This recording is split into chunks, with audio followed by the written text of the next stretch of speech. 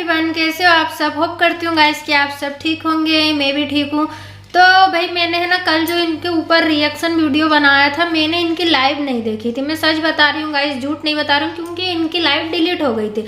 मैं इनकी लाइव देख ही नहीं पाई थी, लेकिन मुझे जो कुछ थोड़े बहुत सबूत मिले थे, मैंने उसी के ऊपर रिएक्शन दिया था। लेकिन जब तक हम कानों से सुनते नहीं है, आंखों से देखते नहीं है ना, तब तक उस चीज़ को अच्छे से एब्जॉर्ब नहीं कर पाते हैं। तो फाइनली मेरे पास उनकी लाइव आ गई है और मैंने उनकी लाइव पूरी देखी है और अब मैं उस पर अच्छे से रिएक्शन दे पाऊंगी।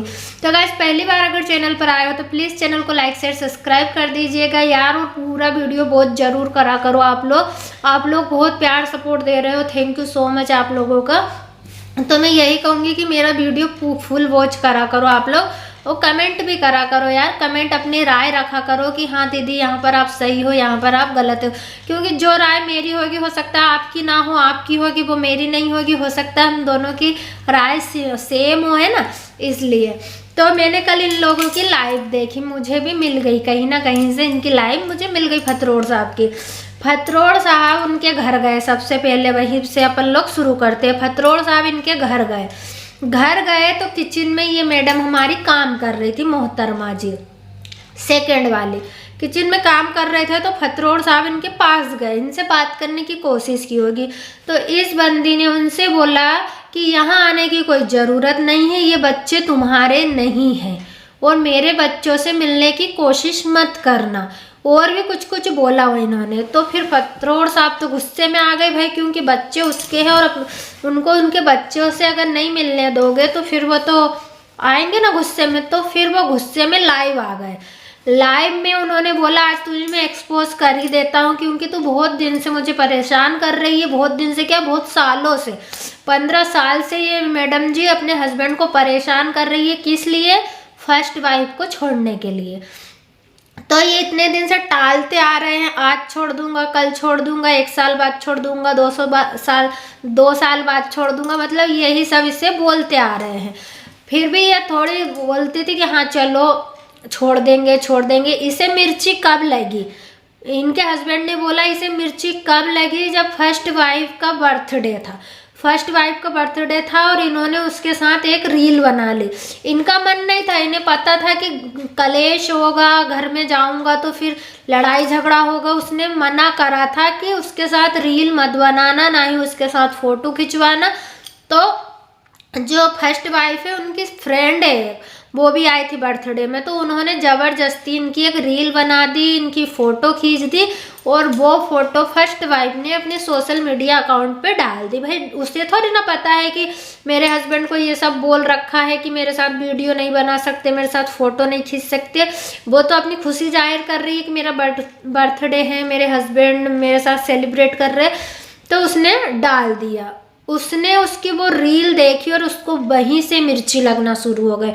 फिर वो मिस्टर फतरोड़ यहाँ पर आए सेकंड वाइफ के पास, तो ये बदतमीज औरत, अब देखो जो जिसको जैसा बोलेगा वो बदले में वैसा ही पाएगा।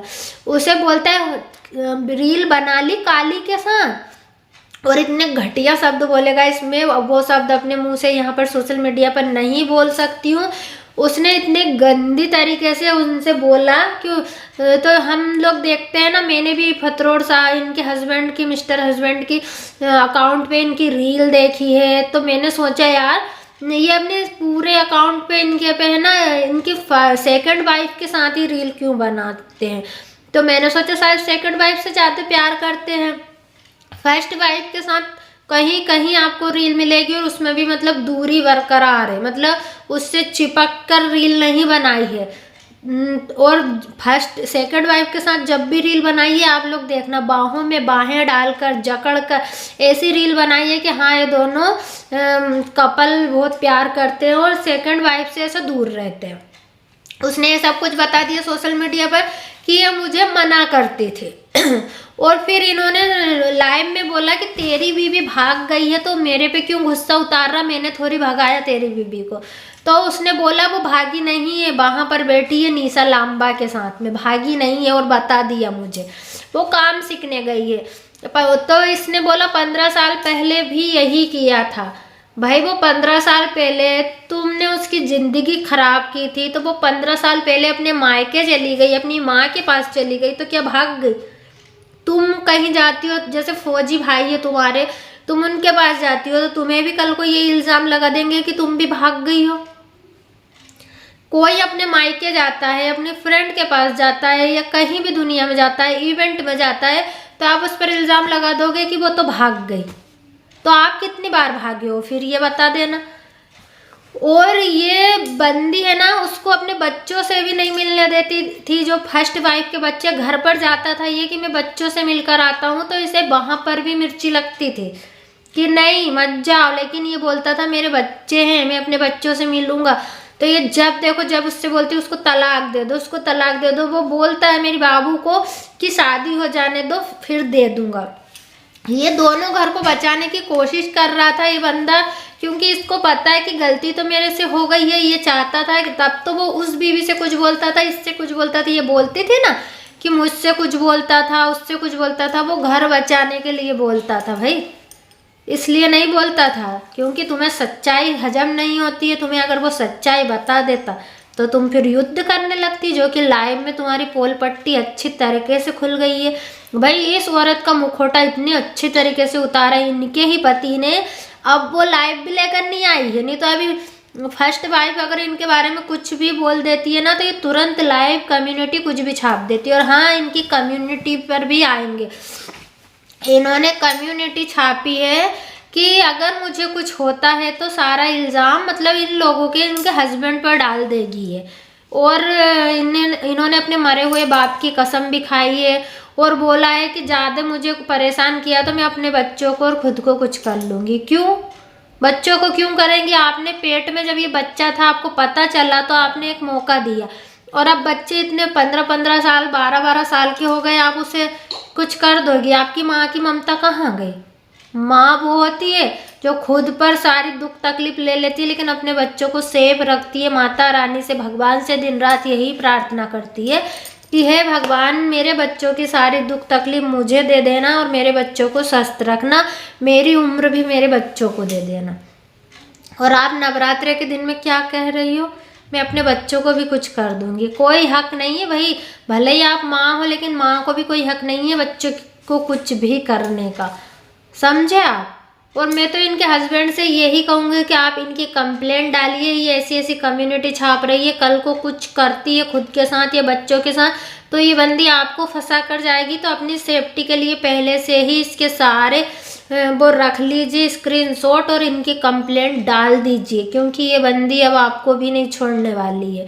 ये वो कहते हैं ना कि हम तो डूबे सनम तुम्हें भी ले डूबेंगे, ये वो हाल करेगी आपका।